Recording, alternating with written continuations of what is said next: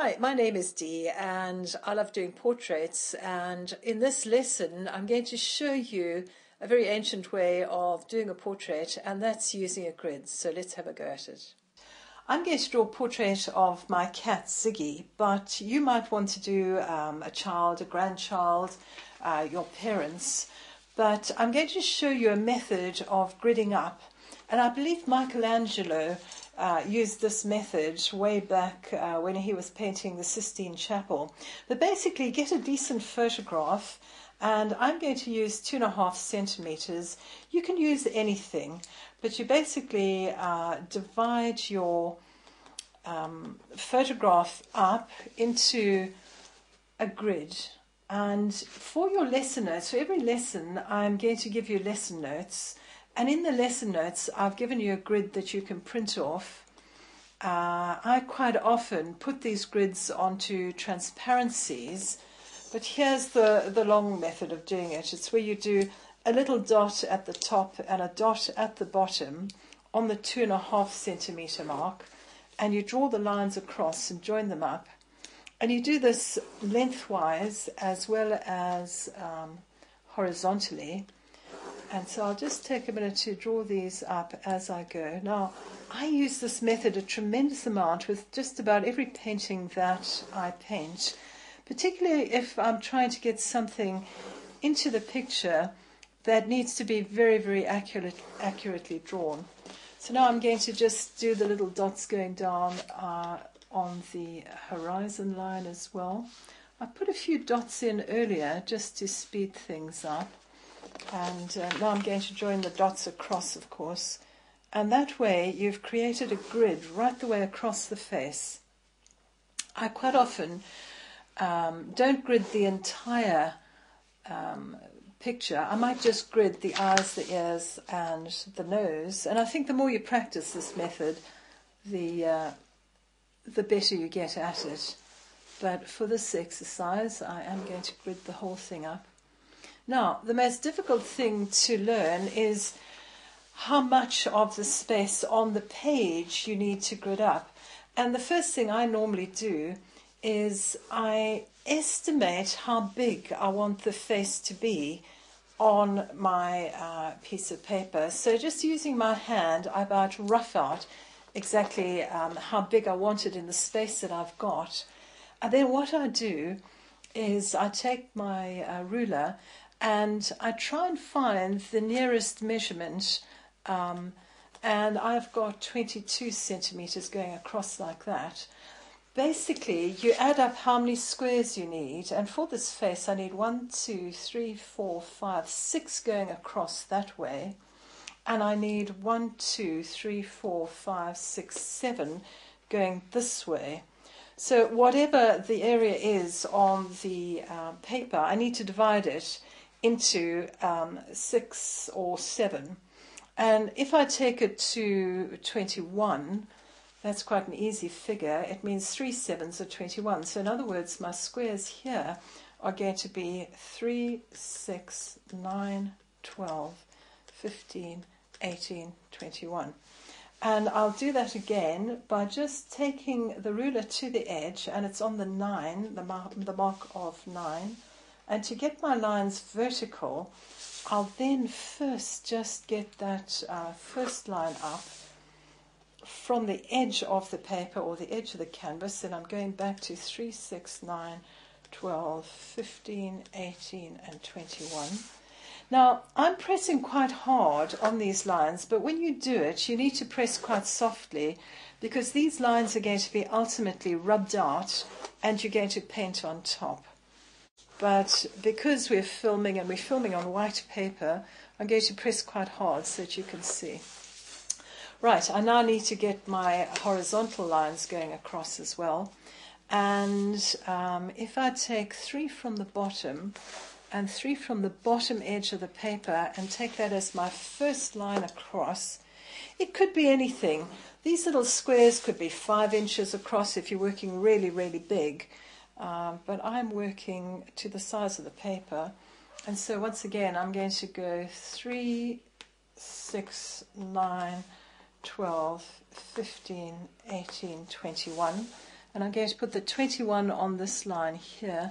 Once again, go 3, 6, where's it gone? 9. Oops, I missed that. That's not that one. I need to rub. It's quite good to make mistakes. At least you see how to fix a mistake. We need 3 centimeters by 3 centimeters for this particular example.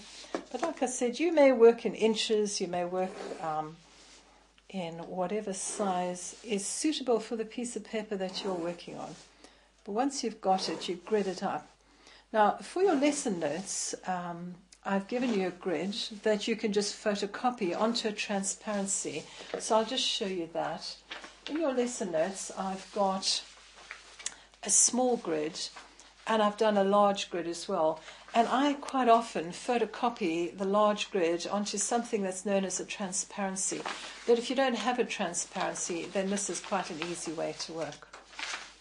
Now, the next thing you do is number the squares. So I'm going to use 1, 2, 3, 4, 5, 6, and I'm going to call this A, B, C, D, E, and F. And it helps if you mark it down at the bottom as well.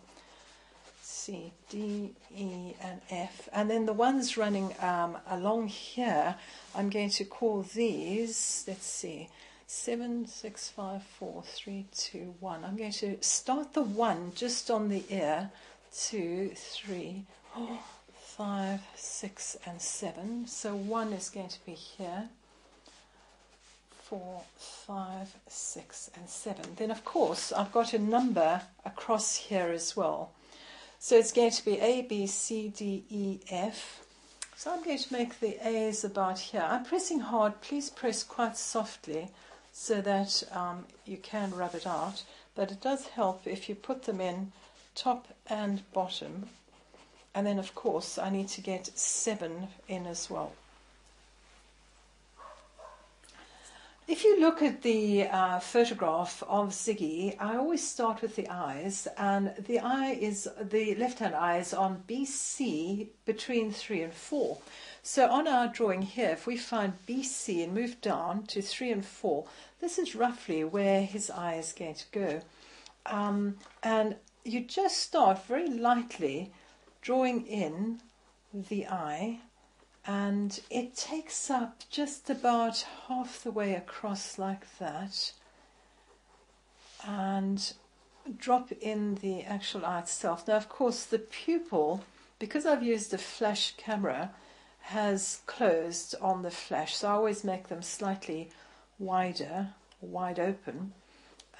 The side of his eye is coming down here. He's got this lovely white eyebrow, and then this dark little tiger stripe just above it, which is all happening in C. So if you keep checking, keep looking up and just checking that you've got all the details in. I'm now going to move across and find where this eye is, and it's all in D, and it's in D on 5. So this is D5, and I'm just going to draw literally what I see, but also looking at the edge of the square. And make sure you've got the eyes running parallel.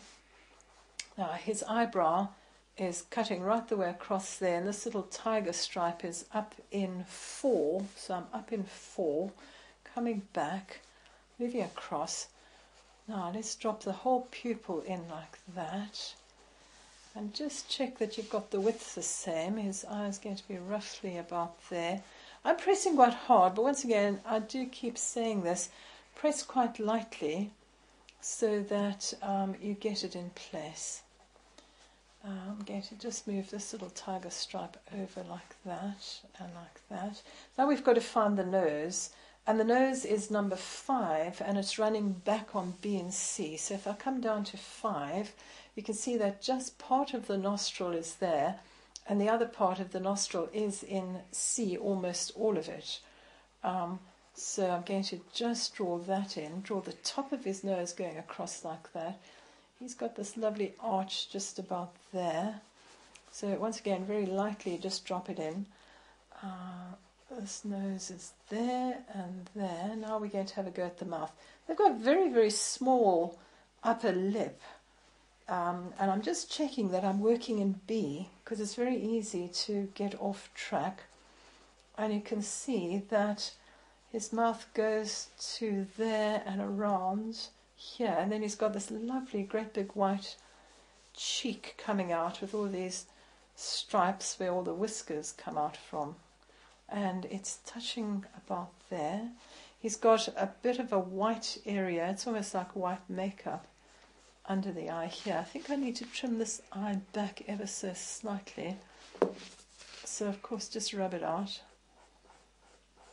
And like I kept saying, I'm drawing very hard so that you can see what's going on, but I do want you to use a lighter touch, makes for easier rubbing out. Okay, so I'm quite happy with that so far, so good. Let's get his ears in. Oh wait, I'll just put these whiskers in. The whiskers are on the edge of AB, so that's fine. His other cheek is about here, and we've got these rows of whiskers going across. Now I'd find his chin. Chin is quite small. It's going halfway across here, and I'm going to have a go at finding the ears.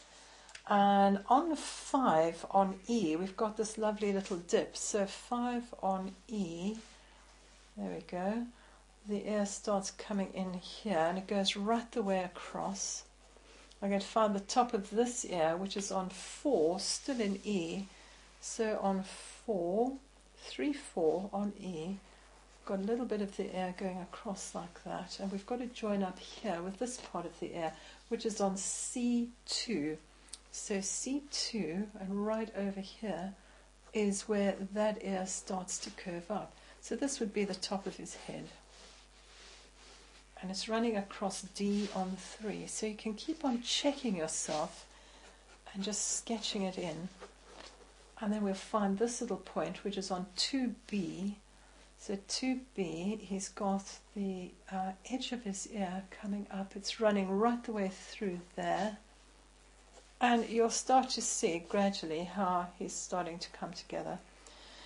Now, I'm going to just move on to one that I've done earlier to show you the drawing a little bit more advanced. And here you can see a much, much bigger version of him. But can you see I've still got my grid lines showing right the way through. And of course I'm now using my pencil flat on and doing a little bit of shading and just pulling out the character of the cat. And once the whole drawing is finished, I'll take my rubber and rub out the grid lines as I go along. I leave these outside grid lines on the original just to make sure I don't make any mistakes. And then as I finish, I start removing the grid lines and putting in any details like the whiskers and going in quite hard with the whiskers and just, well, you've just got to go for it and clean up as you go. So that's gridding up, and just to show you a colour version of him that I'm working on as well. You can see I've just literally grid up the coloured paper where I need to use it, and the rest of it I'll do freehand. And I think after a while, once you've done a bit of practice, you do get into doing it freehand as well. But the gridding up of the 3 main features, the eyes, nose and the mouth, is very, very important. I'm going to show you a couple of portraits I've done. 2 of them are dogs. These are dogs that have been rescued off the streets, and they were trained as hearing dogs for deaf people. And I went to visit them and chose 6 dogs' portraits to paint, and did the portraits, and then we had some cards printed and sold the cards to raise money for the charity. I've also got a portrait that I did of some twins, and once again I used this gridding up method to get the twins' features exactly as they were. In fact, it's very difficult to tell these twins apart. To this day, I've known them many years, I still don't know who I'm speaking to, and they love that. It's great fun.